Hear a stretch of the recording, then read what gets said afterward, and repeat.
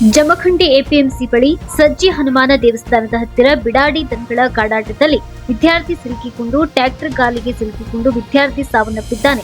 ಮೃತಪಟ್ಟ ಯುವಕನ ಹೆಸರು ನಿಖಿಲ್ ಕೋಳಿ, ವಯಸ್ಸು 15, ಜಮಖಂಡಿಯ ರಾಮೇಶ್ವರ ಕಾಲೋನಿಯ ನಿವಾಸಿ ಎಂದು ತಿಳಿದುಬಂದಿದೆ. ಇನ್ನು ಘಟನೆಗೆ ಸಂಬಂಧಿಸಿದ ಹಾಗೆ ಜಮಖಂಡಿ ಶಹರ ಪೊಲೀಸ್ ಠಾಣೆಯಲ್ಲಿ ಪ್ರಕರಣ ದಾಖಲಾಗಿದೆ.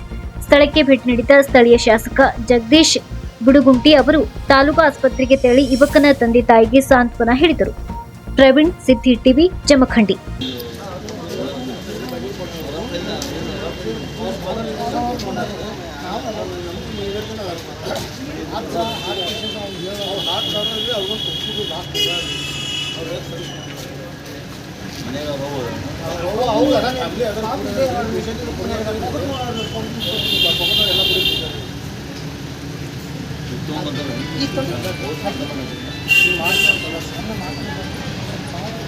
ಸ್ವಲ್ಪ